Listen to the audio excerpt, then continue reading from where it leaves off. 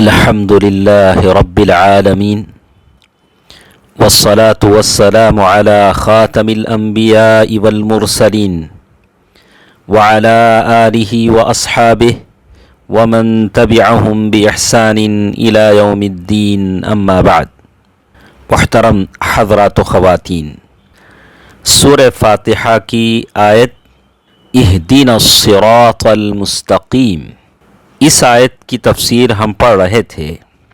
صراط مستقیم سے مراد وہ واضح صاف راستہ ہے جو اللہ تعالی اور اس کی جنت تک پہنچاتا ہے. یہ حق کی پہچان اور اس پر عمل کرنے کا نام ہے.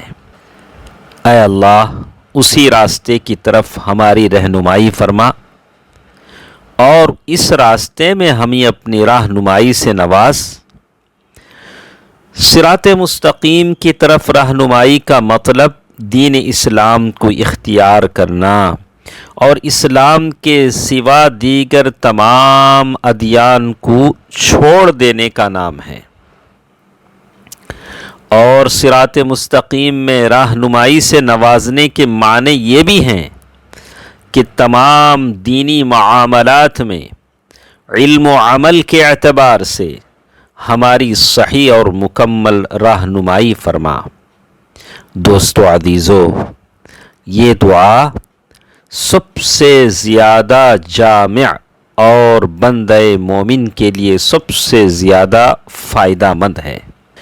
اسی وجہ سے ہم تمام پر ضروری ہے کہ وہ اپنی نماز کی ہر رکعت میں اس کے ذریعے سے اللہ تعالی سے دعا کریں، کیونکہ ہم سب لوگوں کو اس کی ضرورت ہے. یہ صراط مستقیم نبیوں، صدیقوں، شہیدوں اور صالحین کا راستہ ہے جن کو اللہ تعالی نے اپنی نعمتوں سے سرفراز فرمایا ہے. المغضوب علیہم، ان لوگوں کا راستہ نہیں جن پر تیرا غصہ اترا، غصہ نازل ہوا، جنہوں نے حق کو جان کر بھی اسے چھوڑ دیا، یہودی وغیرہ ہیں. اور نئے الضالین، یعنی ایسے گمراہ لوگوں کا راستہ ہے جنہوں نے نصارہ کے مانند حق کو ترک کر کے جہالت اور گمراہی اختیار کیا. تو یہ سورۃ الفاتحہ اپنے اعجاز اور اختصار یعنی مختصر ہونے کے باوجود ایسے مضامین پر مشتمل ہے جو قرآن مجید کی کسی اور صورت میں نہیں پائے جاتے. سورہ فاتحہ توحید کی تینوں قسموں کو شامل ہے. چلیے دیکھتے ہیں کہ اس صورت میں توحید کی کون سی قسمیں کن کن آیتوں سے اس پر دلالت کرتی ہیں. نمبر 1، توحید ربوبیت. اللہ تعالی کا ارشاد ہے رب العالمین، اس سے پتہ چلتا ہے توحید ربوبیت.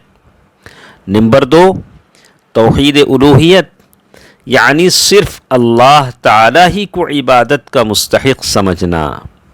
لفظ اللہ اور لفظ اللہ یہ لفظ جلالہ ہے جو اللہ تعالیٰ کا یہ ارشاد ایاک نعبد و ایاک نستعین سے ہمیں پتہ چلتا ہے کہ اس میں توحید الوہیت کی بات ہے.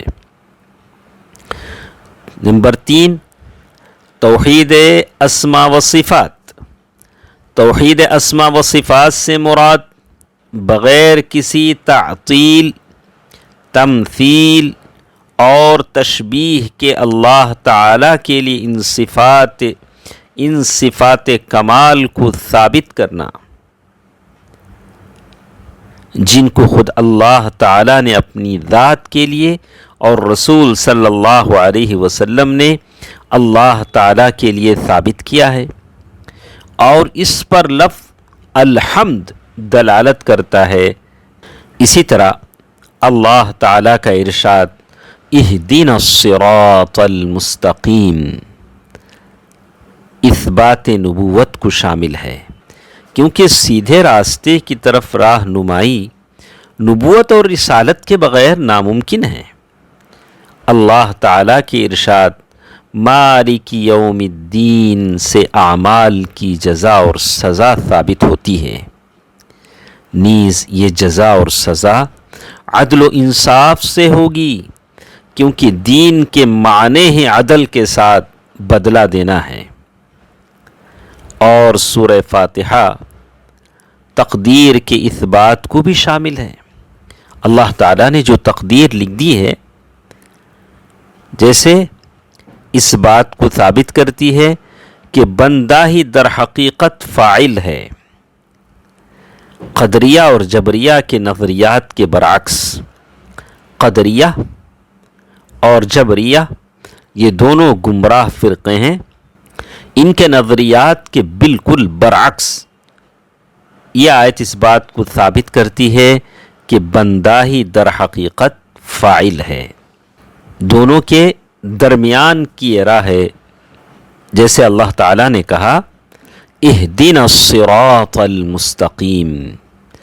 تمام اہل بدعت و ضلالت کی تردید یہ آیت کرتی ہے، کیونکہ صراط مستقیم سے مراد حق کی معرفت اور اس پر عمل پیرا ہونا ہے، اور بدعتی اور گمراہ شخص ہمیشہ حق کا مخالف ہوتا ہے۔ پھر اللہ تعالیٰ نے جو بات کہی ہے ایاک نعبد و ایاک نستعین، یہ آیت اس بات کو بھی شامل ہے کہ دین کو اللہ تعالیٰ کے لیے خالص رکھا جائے، چاہے اس کا تعلق عبادات سے ہو یا استعانت سے ہو، مدد طلب کرنے سے ہو۔ ساری تعریفیں اللہ تعالیٰ کے لیے ہیں۔ اللہ تبارک و تعالیٰ جو کچھ ہم سنتے ہیں اس پر عمل کرنے کی توفیق دے۔ یہ تھا اختتام سورہ فاتحہ کا، جس میں یہ ساری باتیں ہم نے سنی۔ اللہ تعالیٰ سے دعا ہے کہ جو کچھ ہم سنتے ہیں اللہ تعالیٰ مجھے اور آپ کو اس پر عمل کرنے کی توفیق دے، آمین۔ والسلام علیکم ورحمۃ اللہ وبرکاتہ۔